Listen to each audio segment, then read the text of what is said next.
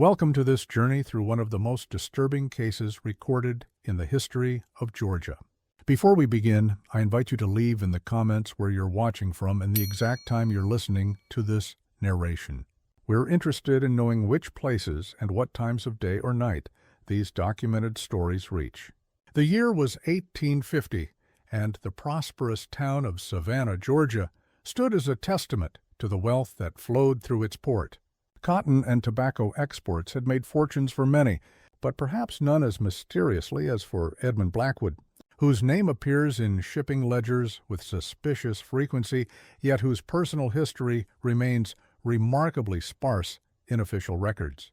County archives contain only the barest documentation of his arrival in Savannah in 1845, allegedly from Charleston, though no records in South Carolina confirm his prior residence there. What little is known comes primarily from business transactions and the occasional mention in social columns of the Savannah Morning News, which described him as a gentleman of refined manners and considerable means, though of reserved disposition. Those who encountered him in business noted his meticulous attention to detail and his unusual insistence on handling certain shipments personally, regardless of their apparent value. Blackwood was known in Savannah society as a merchant of considerable means who had acquired the Willow Creek Plantation some 20 miles inland from the city.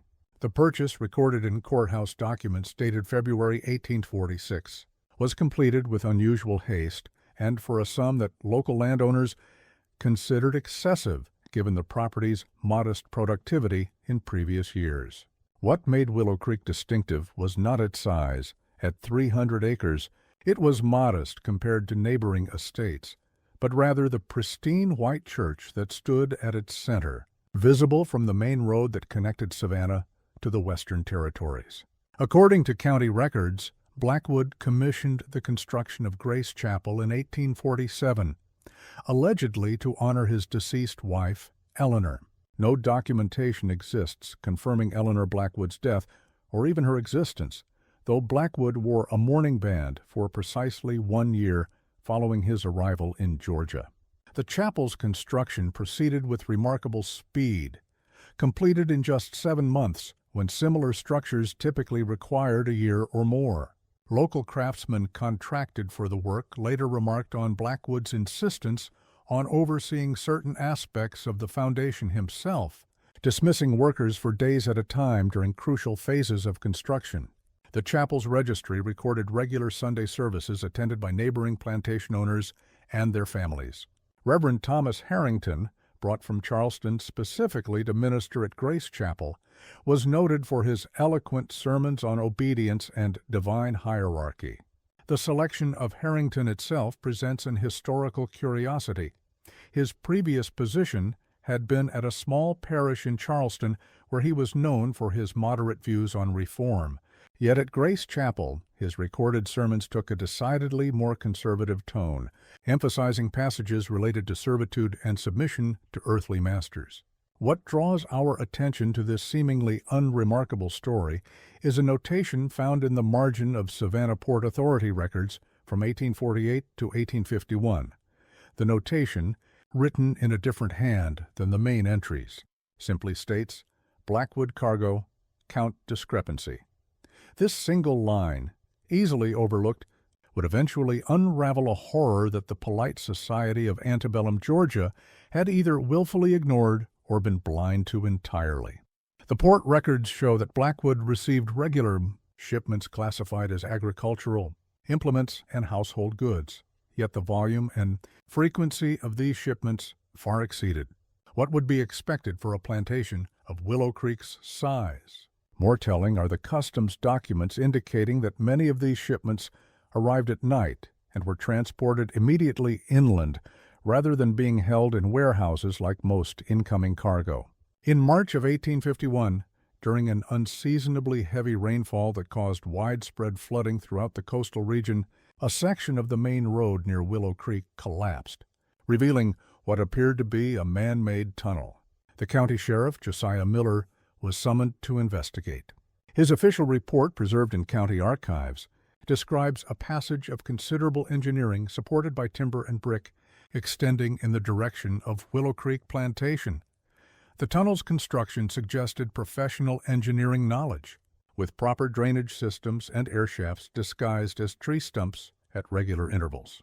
Sheriff Miller, accompanied by 3 deputies, followed the tunnel for approximately half a mile before emerging through a concealed trapdoor in the floor of Grace Chapel's vestry. The mechanism controlling this trapdoor was ingeniously designed to resemble an ornamental feature of the chapel's woodwork, accessible only by pressing a specific sequence of carved wooden elements.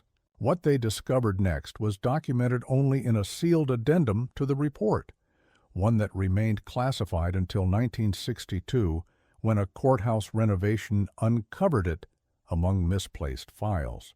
The sealed report states that beneath the chapel floor was a complex of rooms extending beneath the entire structure and beyond, containing evidence of human captivity on a scale that defies Christian sensibilities. Miller's description, unusually detailed for a law enforcement document of that era, suggests he was deeply affected by what he witnessed. "I have served as sheriff for 14 years and witnessed the aftermath of duels, accidents, and acts of violence," he wrote. "Yet nothing has disturbed my sleep as what lay beneath that sacred ground. The rooms," according to Miller's account, were arranged in a manner suggesting not mere storage but systematic processing. The first chambers contained shackles anchored to stone floors, with each restraint positioned to face a blank wall rather than toward other captives, a detail Miller noted as calculated to prevent communication or solidarity among those held. The walls themselves had been treated with a substance that absorbed sound, creating an unnatural silence even when the investigators spoke among themselves. Further chambers held wooden pallets with leather restraints, positioned beneath carefully placed openings in the ceiling, openings that, Miller realized, corresponded exactly to the positions of certain pews in the chapel above. The arrangement suggests that those below would hear with perfect clarity the services conducted overhead, he wrote, while those worshiping remained entirely unaware of the presence beneath them. A third section contained what Miller described as implements of medical nature, similar to those used by surgeons during the recent war with Mexico, yet modified in ways that suggest purposes beyond healing. This clinical description likely refers to tools for physiological manipulation rather than medical treatment. Practice documented elsewhere in this dark period of American history, though rarely with the systematic approach evident at Willow Creek. Most disturbing were ledgers found in a small office adjacent to these chambers. These detailed transactions involving units with numerical designations rather than names. Each unit was assigned a value based on physical attributes, with notations regarding condition upon arrival and condition upon departure. Destinations were coded, but several entries referenced properties owned by prominent citizens of Savannah and neighboring counties.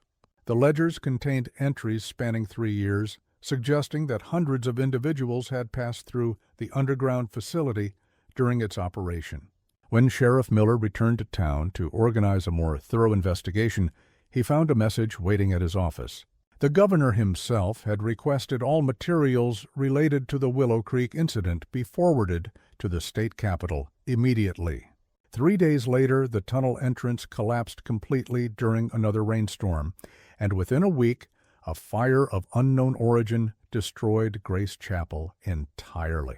The Savannah Morning News published only a brief notice about the fire, attributing it to lightning despite multiple witnesses reporting clear skies that evening. Edmund Blackwood was reported to have left for business in Europe just days before the tunnel's discovery.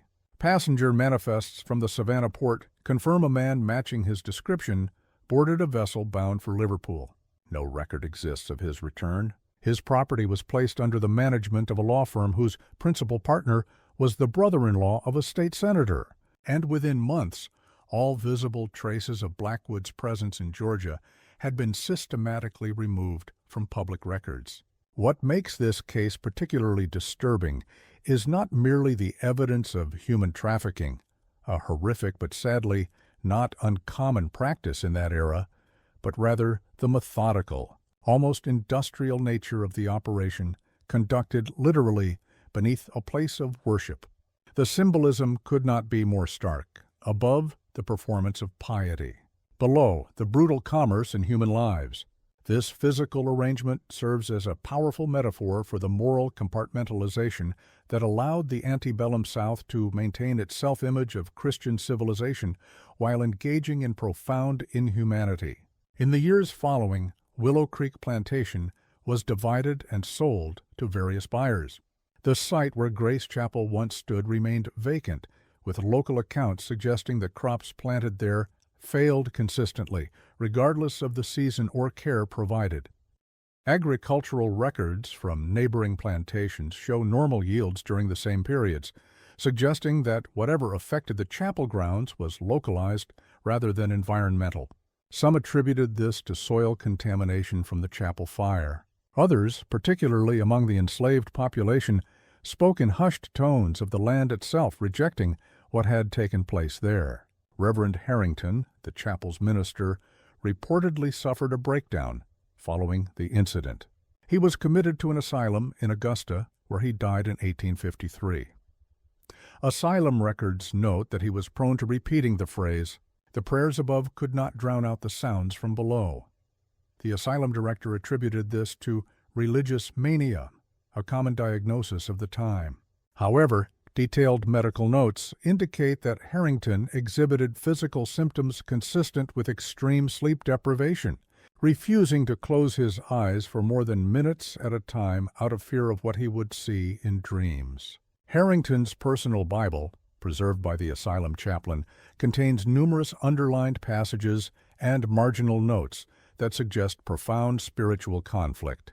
Particularly telling is his repeated marking of James 3:10, "Out of the same mouth come praise and cursing." My brothers and sisters, this should not be. Next to this passage, in increasingly erratic handwriting, Harrington had written, "Nor should worship and torment emerge from the same ground." In 1868, nearly 2 decades after these events, a historian named Frederick Winterbourne became interested in the case while researching a book on Georgia's architectural history. His notes, preserved in the University of Georgia archives, detail his attempts to interview former residents of the area surrounding Willow Creek. The reluctance to discuss Grace Chapel is universal among those who lived near it, Winterbourne wrote.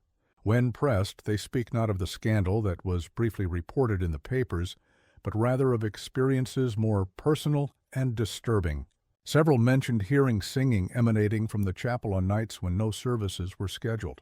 Others recalled the strange behavior of dogs and horses when passing the property. Even years after the chapel's destruction, one account, provided by a former overseer from a neighboring plantation, described how enslaved workers would refuse to pass the chapel after dark, taking significantly longer routes even when exhausted from field work. When questioned about this behavior, they would only say that the ground there has too many voices.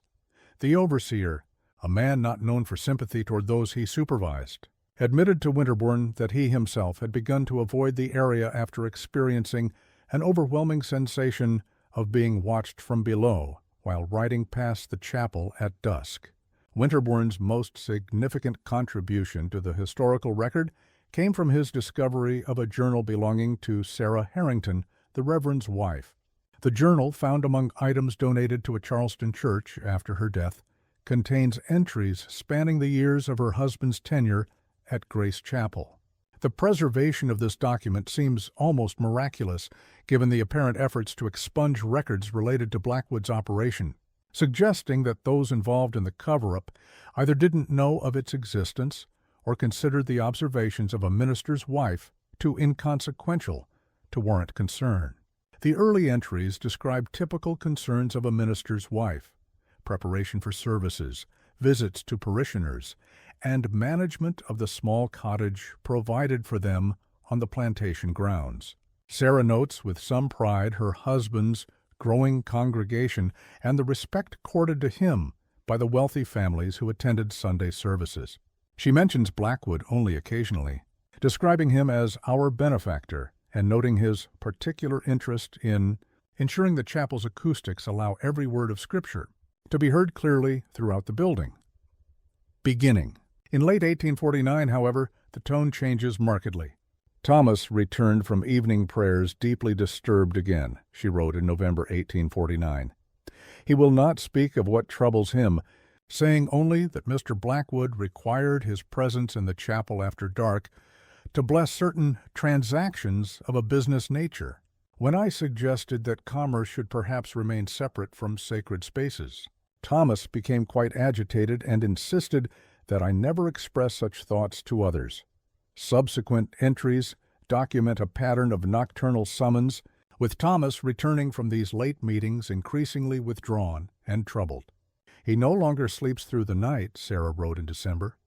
He wakes speaking of echoes and reflections, though what he means by this I cannot determine. When I press him, he says only that some questions are dangerous to answer. Later entries grow increasingly fragmented. The sounds beneath the floorboards during service today, I cannot be the only one who hears them, reads an entry from February 1850.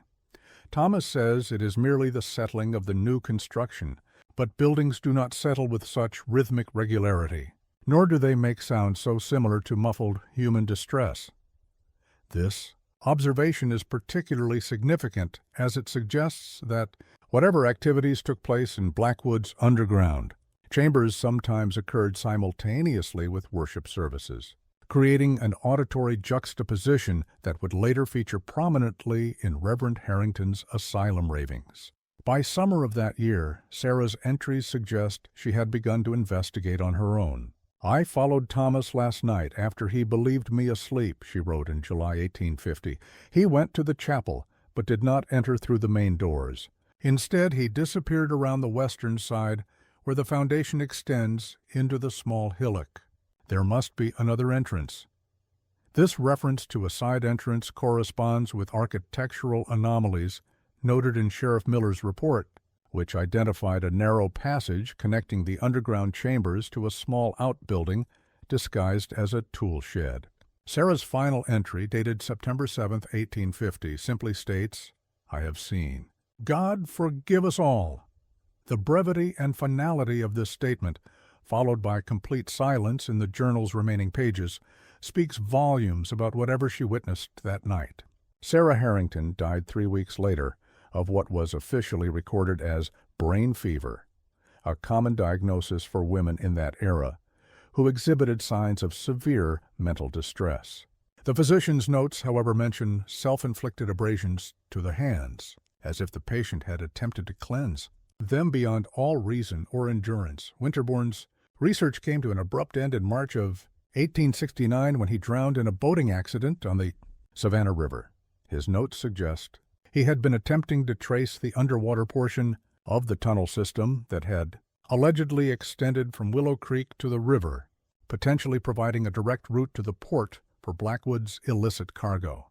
The circumstances of the accident were questionable enough to merit a coroner's investigation, which noted that Winterbourne was an experienced boatman familiar with the river's currents, and that his boat appeared to have been damaged by something striking it from below rather than colliding with surface debris. Before his death, Winterbourne had managed to compile a partial map of what he believed to be Blackwood's complete operation. This map, sketched in his research journal, suggests a network far more extensive than what Sheriff Miller discovered. According to Winterbourne's hypothesis, the tunnel beneath the road represented merely one branch of a system extending in multiple directions, to the river, to several outbuildings on the plantation property, and potentially to neighboring lands as well. If accurate, this would indicate an operation of industrial scale, requiring significant investment and, almost certainly, the knowledge and cooperation of local officials and neighboring landowners. The Blackwood case might have remained merely a disturbing footnote in Georgia's history if not for the land development boom of the 1950s. As suburbs expanded around Savannah, the former Willow Creek property was purchased by a development company planning to build a residential community called Chapel Woods, an unfortunate name given what would soon be discovered. During preliminary excavation in 1957, workers uncovered human remains in what appeared to be a mass grave near the former chapel site. Initial estimates suggested the presence of at least 30 individuals, though the actual number was never officially determined, as the discovery sparked immediate legal complications. Several workers who first encountered the remains reported unusual circumstances. The bones appeared to have been arranged in a specific pattern rather than haphazardly disposed of, with many showing signs of having been bound at the time of burial. The development company, fearing negative publicity, attempted to have the remains quietly removed and reinterred elsewhere. A whistleblower among the workers contacted authorities, but by the time investigators arrived, much of the evidence had been disturbed or removed entirely.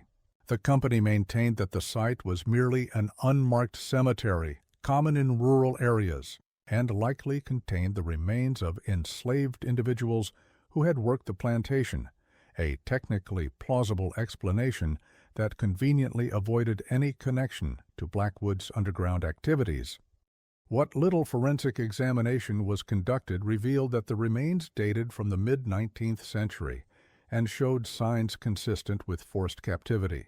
Stress markers on bones indicating heavy physical labor, healed fractures typical of abuse, and in several cases, evidence of surgical procedures performed without regard for survival. Several skulls showed unusual modifications that forensic anthropologists of the time could not readily explain, precise trepanations and other alterations that appeared to have been performed ante-mortem rather than as part of burial practices. Perhaps most disturbing were the architectural elements uncovered alongside the remains: a complex drainage system, ventilation shafts disguised as part of the chapel's foundation, and acoustical dampening materials placed between the lower chambers and the chapel floor above, all indicating meticulous planning to ensure that activities below remained undetectable to worshippers above. The sophistication of these features suggested not merely an attempt at concealment, but a deliberate exploitation of the chapel's sacred status as cover for something profoundly profane. The development was eventually abandoned after a series of accidents plagued the construction site. Local newspapers reported these as typical construction mishaps, but internal company documents uncovered during a later bankruptcy proceeding referenced unprecedented worker reluctance and unexplained equipment malfunctions, specifically in the vicinity of the former chapel grounds. Several operators reported that excavation equipment would stall inexplicably when digging in certain areas, while others mentioned unusual cold spots that caused metal components to contract and jam, regardless of the ambient temperature. The land remained undeveloped until 1968, when it was purchased by the state of Georgia for a planned highway extension. During the environmental impact assessment, soil samples revealed high concentrations of certain compounds associated with human decomposition, suggesting that the grave discovered in 1957 was not an isolated feature, but rather part of a more extensive burial ground. The samples also contained traces of chemicals not typically found in natural decomposition, including compounds used in experimental medical treatments of the mid-19th century. Further evidence that Blackwood's underground chambers served purposes beyond mere detention. The highway route was subsequently altered, and the Willow Creek property was designated as protected wetlands, effectively preventing any future development.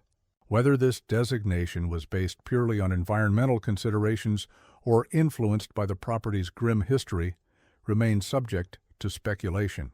Several officials involved in the decision later admitted privately that the site's history had factored into their thinking, with one state conservation officer noting some ground should remain undisturbed, regardless of what the official reasons might be. In 1962, Professor Eliza Montgomery of Emory University's History Department began compiling records related to the Blackwood case as part of a broader study on economic systems of the antebellum South. Her research suggests that Edmund Blackwood's operation at Willow Creek represented something more complex than conventional human trafficking of the era. The evidence indicates that Blackwood was not merely engaged in the buying and selling of enslaved individuals, Montgomery wrote in an unpublished manuscript found among her papers after her death. The medical equipment, the systematic processing indicated in his ledgers, and the elaborate underground facility point to something more akin to human modification, an attempt to increase the market value of individuals through medical interventions, behavioral conditioning, or both.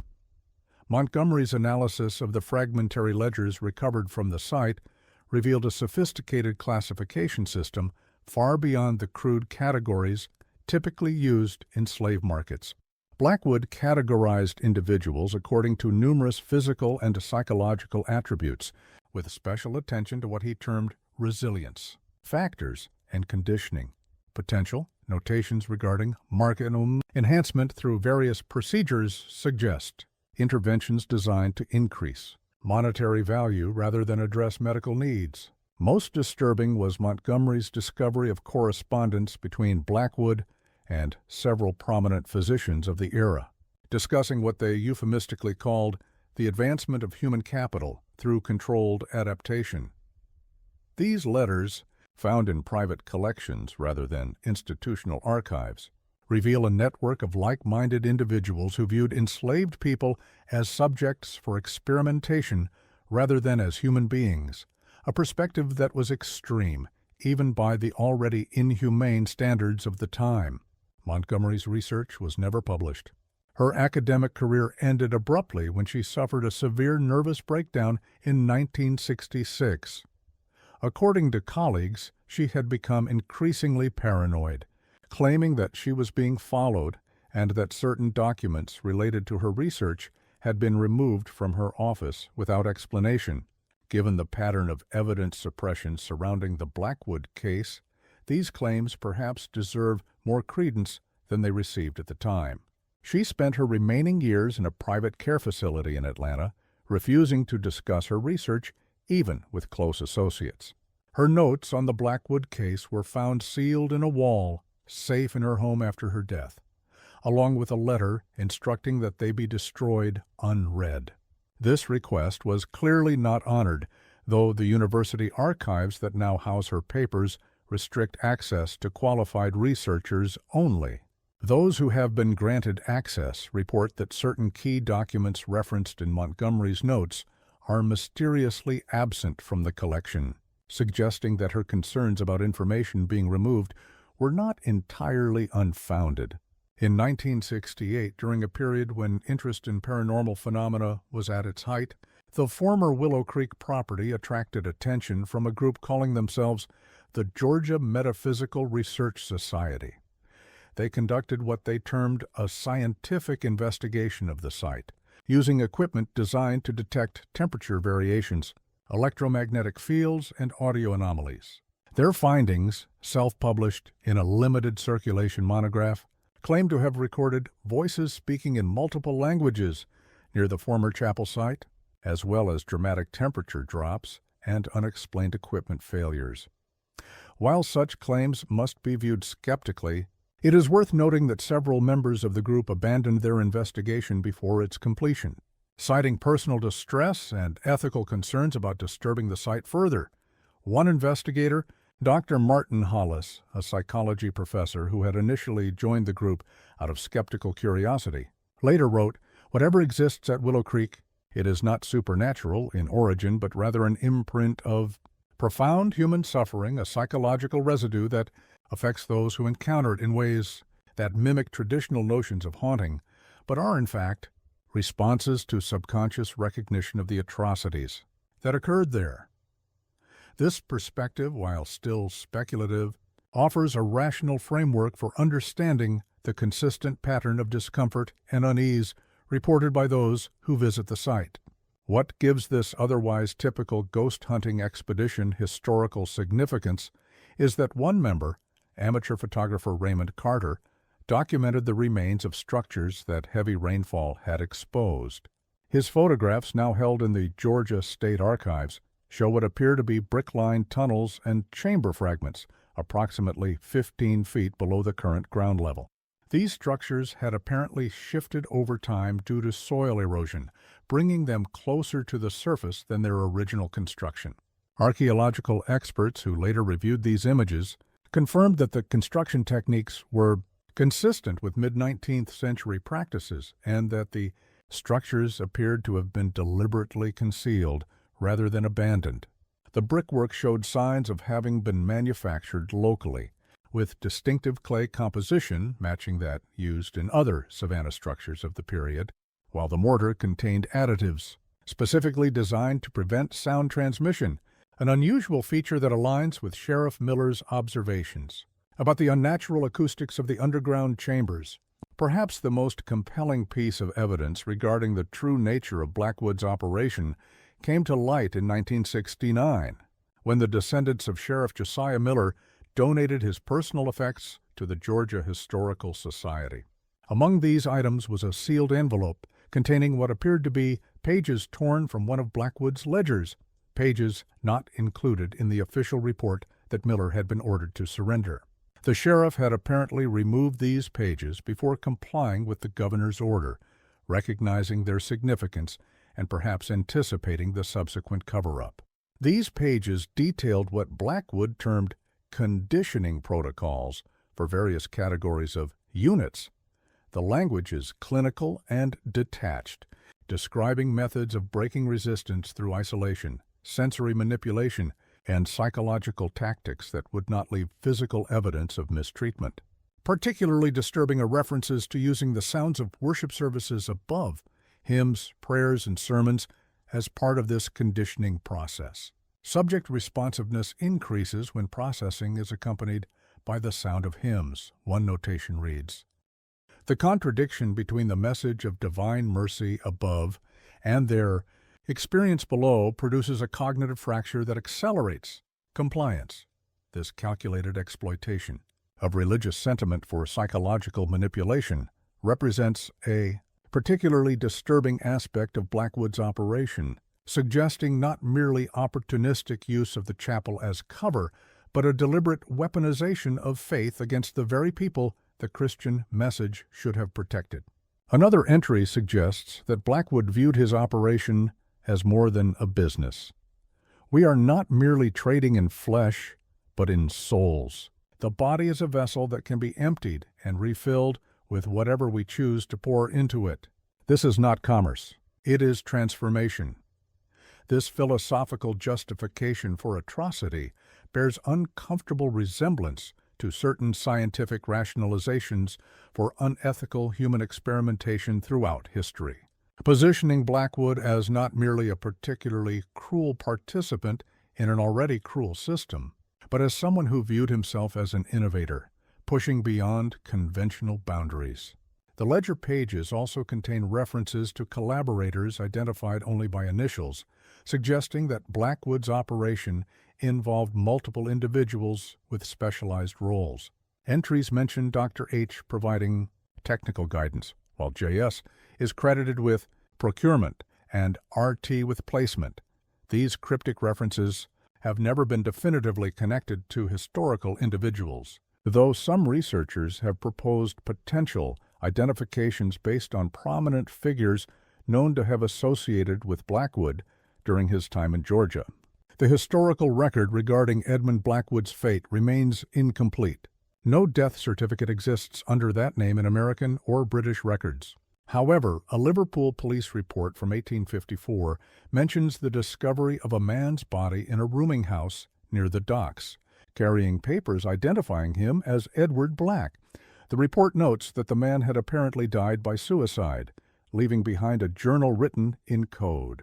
The physical description in the police report bears striking resemblance to Blackwood as described in Savannah social columns, particularly noting a distinctive scar on the left hand that several Savannah residents had commented upon.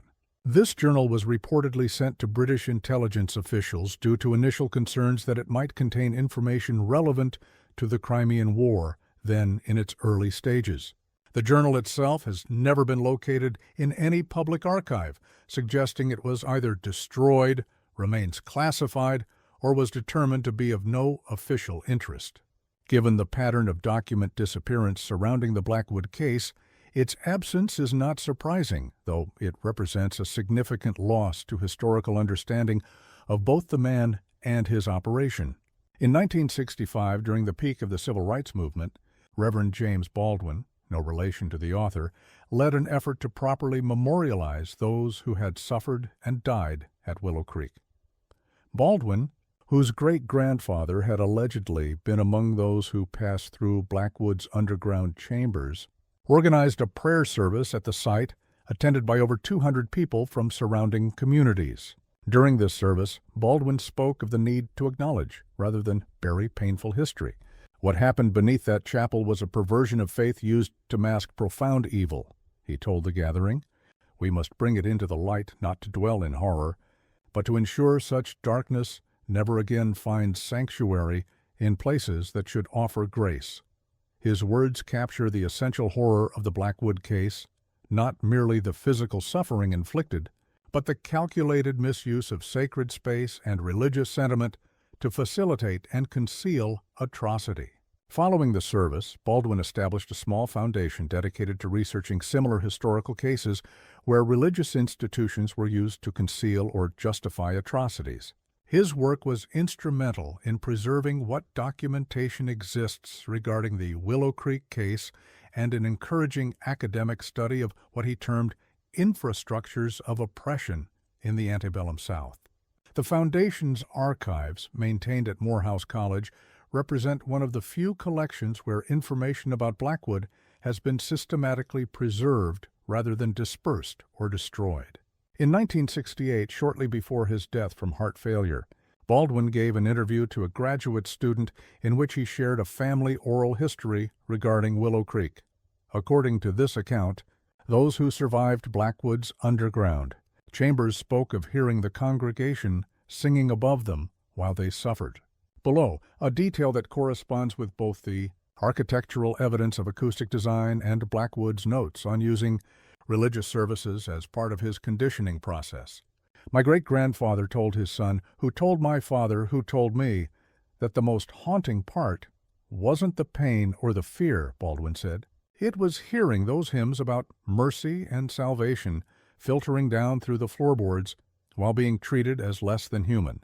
He said it broke something in the mind that could never be fully repaired. This knowledge that people could worship a God of love while allowing such cruelty directly beneath their feet, this psychological dimension of the Willow Creek horror, the calculated use of religious cognitive dissonance as a tool of control, represents perhaps its most disturbing aspect from a modern perspective. It suggests that Blackwood understood that physical confinement was merely the beginning of true captivity. The breaking of the mind and spirit required more sophisticated methods. This insight places him not merely as a particularly vicious participant in the slave trade, but as a pioneer of psychological torture techniques that would be refined and deployed by authoritarian regimes throughout the following century. The site of Willow Creek Plantation today appears unremarkable to passing travelers. The protected wetland designation has allowed nature to reclaim much of the property. Tall grasses and cypress trees have grown over ground once cleared for agriculture, while seasonal flooding has reshaped the topography, further obscuring whatever structural remains might still exist beneath the surface. No historical marker acknowledges what occurred there, though local residents still refer to a certain stretch of the nearby highway as Chapel Road, despite no chapel having stood there within living memory. Occasionally, usually following heavy rains that reshape the soft Georgia soil, fragments of brick or bone still surface, quickly collected by state authorities and just as quickly forgotten in storage facilities. The official position remains that the site contains only the expected archaeological remnants of a typical plantation, nothing more.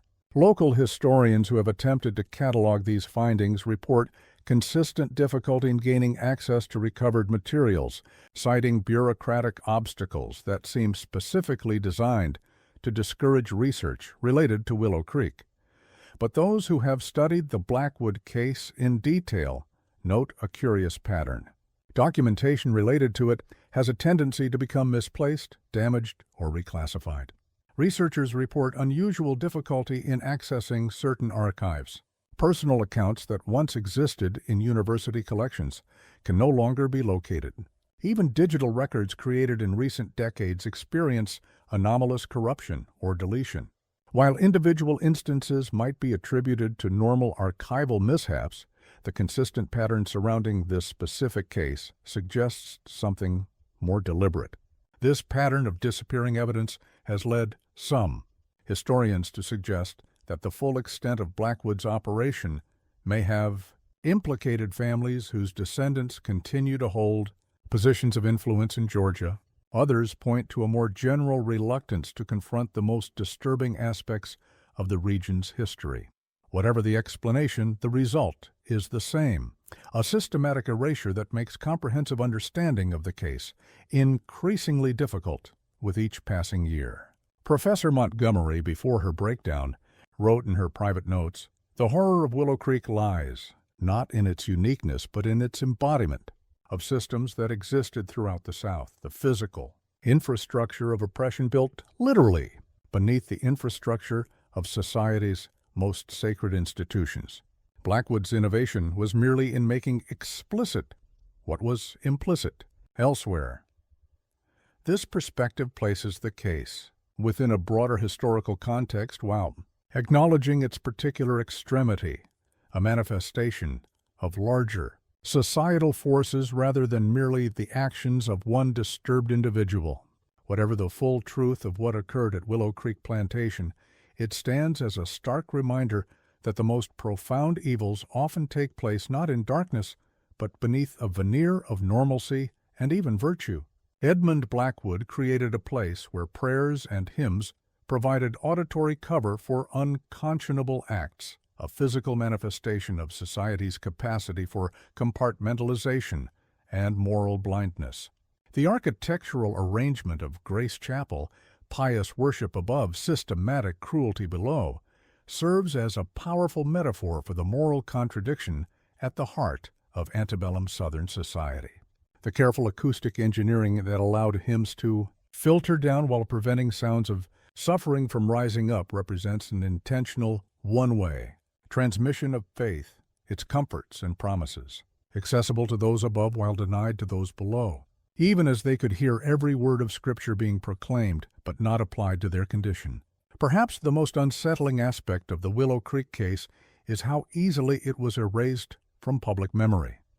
Despite brief newspaper coverage in 1851, despite the investigations in the 1950s and 1960s, despite the physical evidence that continues to emerge from the soil itself, the story remains largely unknown outside academic circles. This erasure itself represents a final layer of horror, the ability of communities to selectively forget what is too uncomfortable to remember. In the absence of memorials or acknowledgments, the victims of Willow Creek remain doubly silenced, first by Blackwood's underground chambers and then by history itself.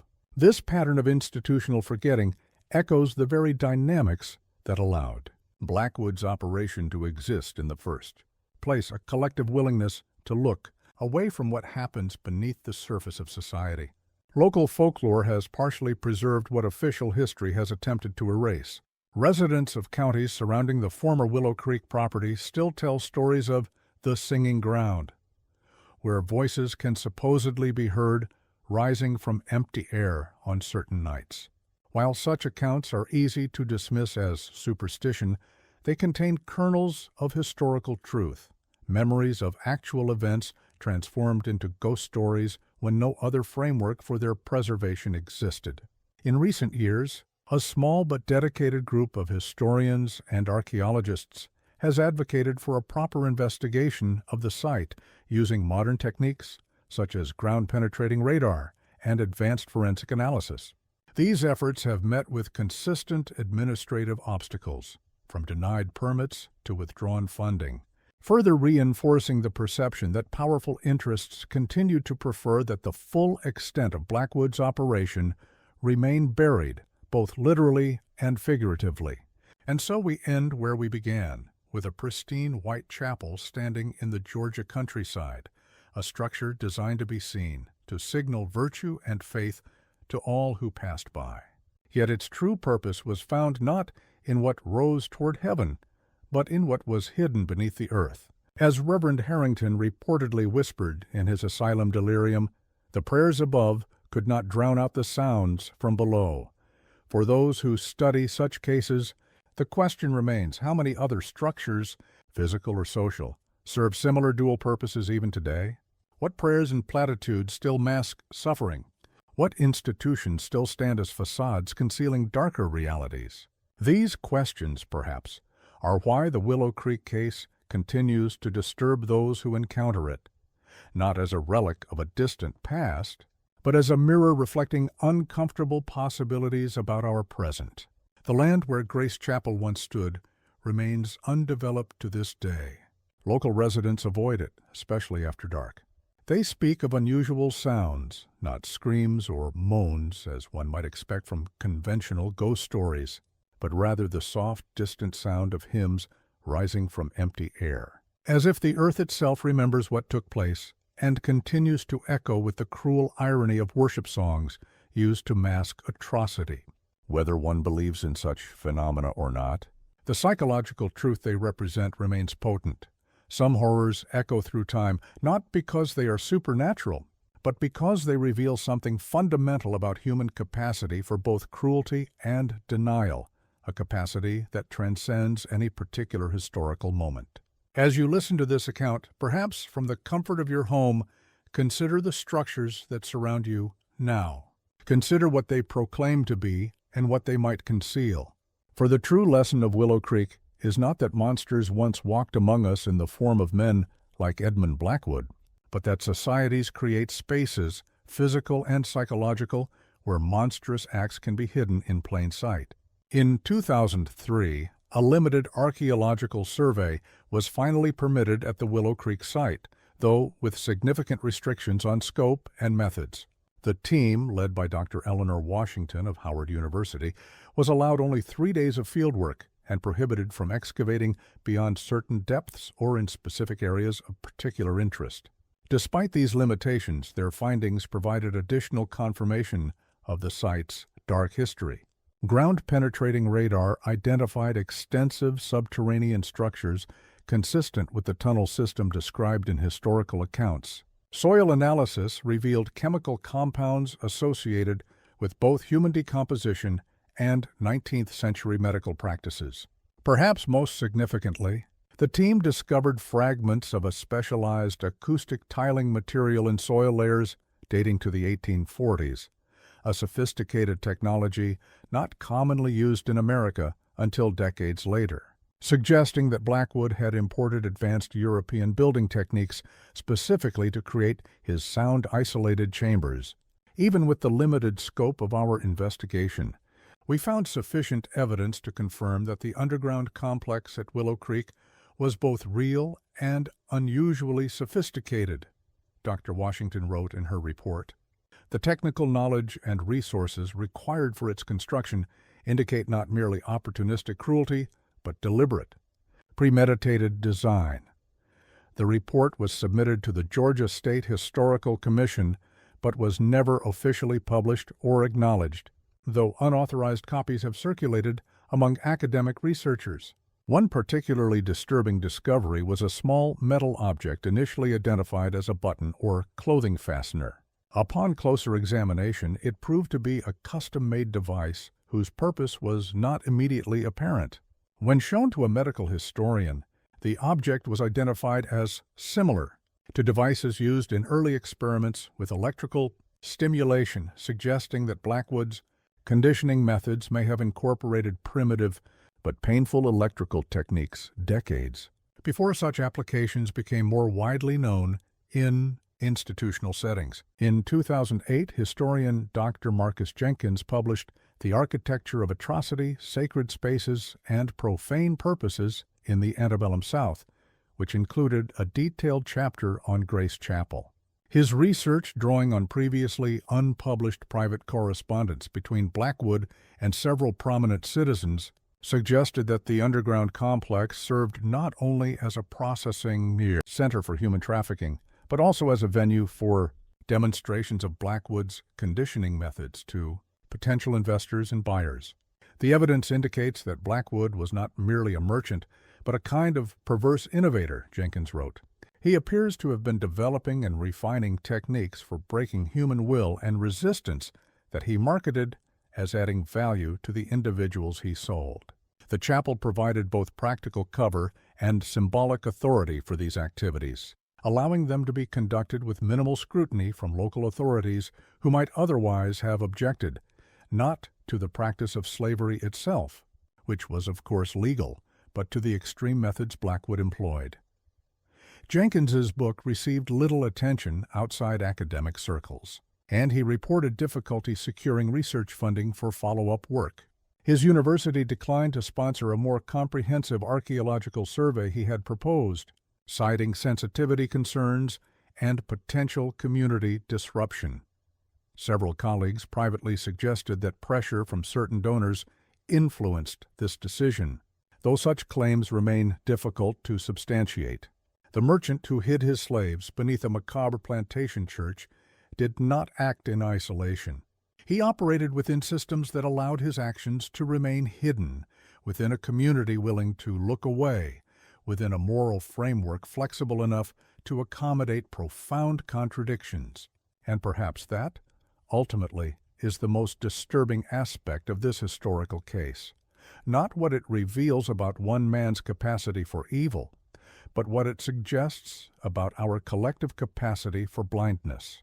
What distinguishes the Willow Creek case from many other historical atrocities is not merely the cruelty involved the antebellum South witnessed, countless acts of inhumanity, but rather the calculated psychological engineering evident in its design. Blackwood appears to have understood intuitively what later became formalized in studies of captivity and coercion. That physical control is merely the beginning, that true domination requires breaking the mind as well as confining the body. The architectural arrangement of Grace Chapel, the sacred above, the profane below, represents a physical manifestation of this understanding. The careful acoustic design that allowed hymns and sermons to be heard by those confined below while preventing their sounds from reaching those above was not merely practical concealment, but psychological warfare. It created a one-way transmission of religious comfort available to those who gathered to worship, but deliberately perverted into a tool of torment for those held captive beneath their feet. Several survivors' accounts, preserved through oral histories collected during the Federal Writers' Project of the 1930s, reference experiences at the Singing Church, where the Master would make us listen to God's Word while doing the devil's work. These testimonies, while not explicitly naming Blackwood or Willow Creek, describe architectural and procedural details that align precisely with the evidence later uncovered at the site, suggesting that some who passed through Blackwood's underground chambers did indeed survive to share their experiences, however obliquely. One account, attributed to a man identified only as Samuel T., who had been enslaved in coastal Georgia, described being held in a place beneath the singing where the words of mercy would come down through the floor while the lash came down upon our backs. He recalled being told repeatedly that the Lord above saw our suffering and found it good, a perversion of Christian doctrine clearly designed to prevent faith from becoming a source of hope or resistance. The psychological impact of this calculated dissonance can scarcely be overstated. To hear messages of divine love and human brotherhood, while experiencing the most profound denial of those very principles, creates a cognitive fracture that some survivors described as more devastating than physical torture. It broke something in me that whips never could, one account states. To hear them sing of heaven while making our lives a hell. Blackwood appears to have understood this dynamic and exploited it deliberately. His ledger notes on cognitive fracture and accelerated compliance suggest a methodical approach to psychological manipulation that was decades ahead of its time. His background before arriving in Georgia remains obscure, but some evidence suggests he may have traveled extensively in Europe and been familiar with early psychiatric theories regarding suggestion and mental malleability that were just emerging in medical circles of the 1840s. In this light, Grace Chapel can be understood not merely as a convenient cover for illegal activities, but as a purpose-built facility for psychological experimentation, a laboratory disguised as a place of worship. The meticulous attention to acoustics, the specific arrangement of underground chambers, and the timing of services to coincide with certain processing activities all point to deliberate design rather than mere opportunistic cruelty. This perspective places Blackwood not merely as a particularly vicious participant in the slave economy, but as a pioneer of psychological torture techniques that would later be refined and deployed by authoritarian regimes. Throughout the following century, the methods documented in his fragmented records bear disturbing resemblance to coercive techniques documented in more recent contexts: sensory manipulation, cognitive dissonance, identity erasure, and the exploitation of cultural and religious frameworks to break resistance. The sun sets once again over the wetlands that were once Willow Creek Plantation. Another day passes in which the full truth remains buried in fragmented documents, in lost testimonies, in soil that occasionally yields brick fragments and bone, and in the collective memory of those who choose to remember what others would prefer to forget. In this forgetting, this collective looking away, we find perhaps the final layer of horror in the Willow Creek story. The systematic erasure of evidence, the bureaucratic obstacles to research, the consistent pattern of document disappearance, all suggest not merely historical neglect, but active suppression. This raises uncomfortable questions about whose interests are served by such forgetting, and what complicity continues in the present through the denial of the past. "History is not what happened," wrote James Baldwin, the author, not the reverend who organized the memorial service at Willow Creek, but what is agreed happened. In the case of Willow Creek, what is agreed upon officially bears little resemblance to what the evidence suggests actually occurred. This discrepancy itself represents a continuing injustice to those who suffered and died there, a second silencing that compounds the original crime.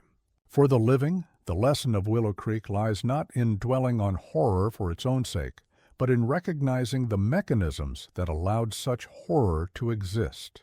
The physical architecture of Grace Chapel, piety above, cruelty below, serves as a potent metaphor for social structures that permit surface virtue while concealing profound injustice.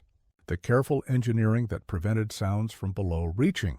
Those above mirrors the psychological compartmentalization that allows societies to maintain moral self-image while engaging in or benefiting from immoral practices.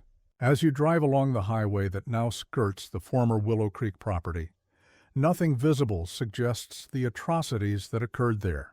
The protected wetlands appear peaceful, even beautiful, with sunlight filtering through cypress trees and reflecting off seasonal pools. Nature has reclaimed what man once cleared, covering the physical traces of human cruelty with new growth and life. But beneath that peaceful surface, fragments of Blackwood's underground chambers remain, brick walls slowly crumbling, iron restraints rusting away.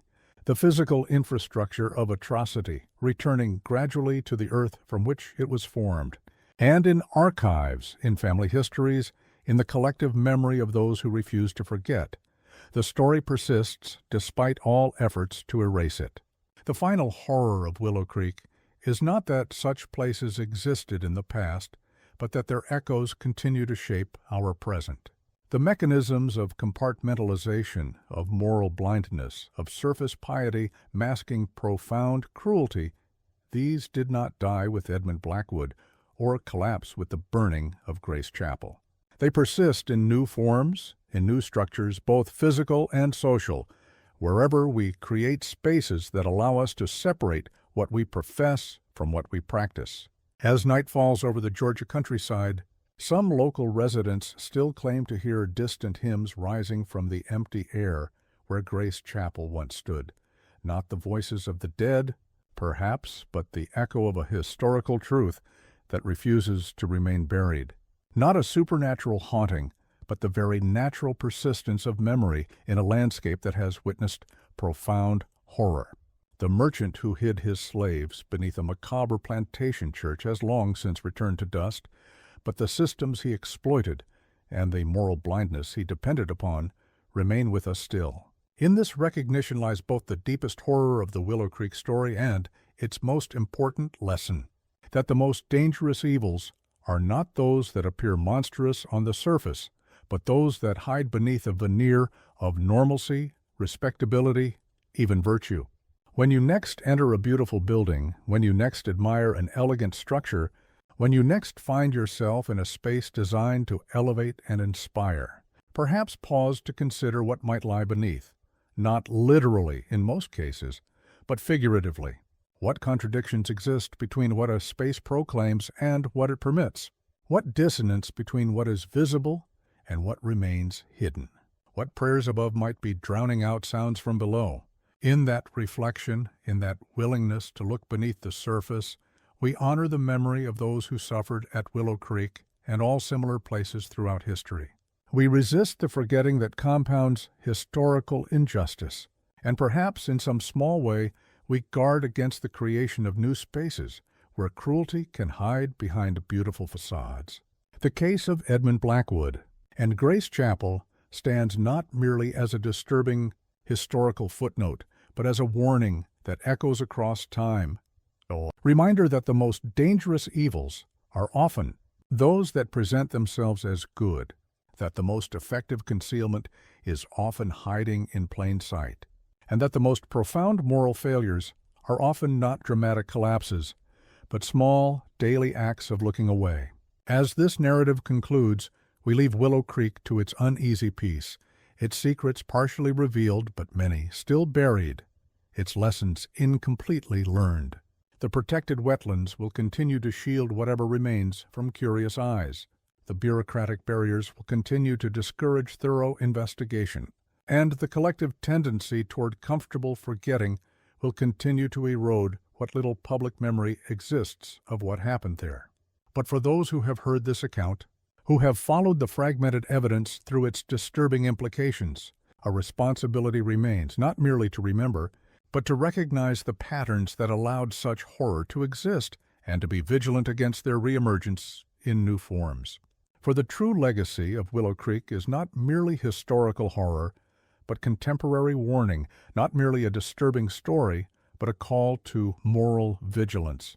The next time you hear beautiful music rising from a sacred space, perhaps spare a thought for what might lie beneath, not in most cases an actual underground chamber, but the figurative subterranean spaces where our collective contradictions reside, where our professed values meet our actual practices, where what we worship and what we permit exist in uncomfortable proximity. In that awareness lies the best memorial to those who suffered beneath Grace Chapel, not a stone marker or official acknowledgement, but a commitment to see what lies beneath the surface, to hear what is silenced, and to refuse the comfortable blindness that allows atrocity to exist alongside normalcy. For in that refusal, perhaps, we find the beginnings of a moral architecture that does not require hidden chambers to maintain its elegant facade.